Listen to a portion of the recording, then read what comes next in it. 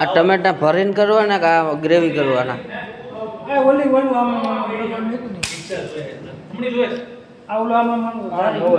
આ નવી ચાકુ આવી છે ભાઈ, વધાવો આને, વધાવો, વતાવી લ્યો. જો આને એક ભાઈ વતાવી, ક્યાં આમ કરો દેખાડો જ ભાઈ તમે. હા, આની વતાવી એક ચાકુને. આ ટમેટા ગ્રેવીમાં વાપરવાના એવું કેવું થયું ને તમારું? અહીંયાથી શાક લાલ લાલ થાય. આ બધું મિક્સ કરી અને બાફવાનું, બરાબર? હે દિવ્યેશભાઈ, આ બધું આવી રીતે કટિંગ કરીને બાફવાનું વરાળમાં.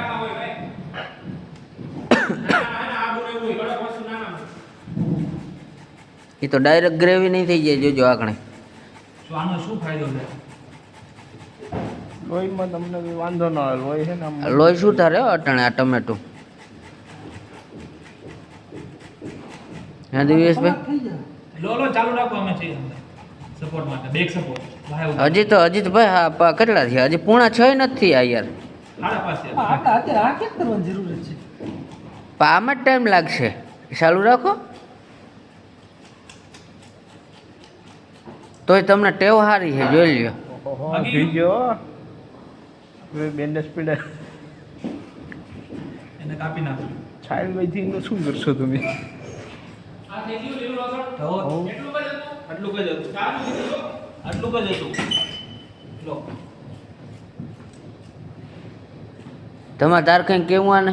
બસ હે કાલ છે આ રીતે ઓલી ગ્રેવી ઓલામાં જ કરવાની છે. ઓલે ખમણીમાં, ખમણી કહેવાય, શું કહેવાય એને?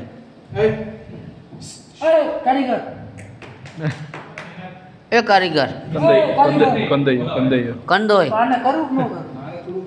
આ કંદોય છે અમારો આજનો કંદોય. 8 થી 8:30 યાર, કંદોય હેંગ થઈ ગયો.